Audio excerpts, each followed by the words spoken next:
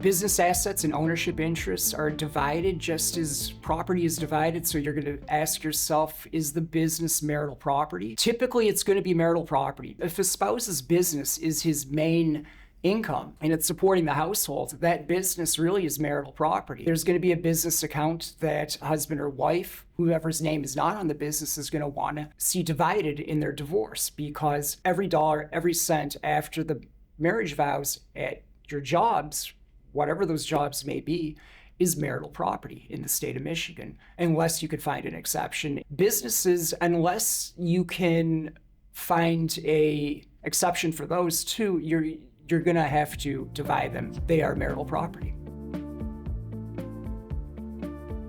The value of a business can be determined in Michigan divorce cases in a variety of ways. So one of the easiest ways to do so would be to stipulate, to agree with the other side, to engage in what is known as discovery. This would be requesting bank statements from the business, to request the tax records, request any financials on the business you possibly can. You could go the route, if it's complicated enough, of hiring a forensic accountant or other outside financial professionals to help in valuing that business. Once you engage in discovery and you get to see the numbers, if you have no idea of them, I think the best way to go usually is to get an agreement with the other side, save yourself some money, and if you can get a stipulation as to the value of the business, proceed from there.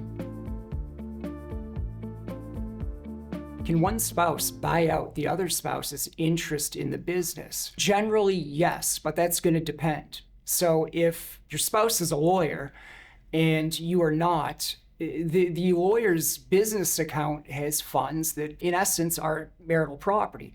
The problem with buying say, professional out of their business, so like a doctor, a lawyer, if the other spouse is not licensed in those professions, it cannot be conveyed in that fashion. Other businesses, if the person, let's say, owns a car wash, absolutely. Maybe the wife wants to buy the husband out of the family car wash. Maybe the spouses are joint owners of the business as well. In that case, then it starts looking an awful lot like the division of a marital home.